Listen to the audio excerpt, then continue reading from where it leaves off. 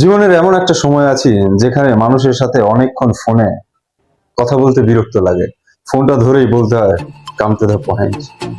একটা সময় ফোনের রিংটোন এত চেঞ্জ করতাম, হ্যাঁ এটা ভালো, না এটা ভালো, এই গানটা ভালো, এই স্লো মিউজিকটা ঠিক আছে। কিন্তু এখন বছরের পর বছর ফোনগুলোর রিংটোন সবসময় ভাইব্রেট মোডেই থাকে। রোমান্টিক ছবি দেখলে মন হবে এটা মুভি, ভূতের ছবি দেখলে আপনার হাসি পাবে।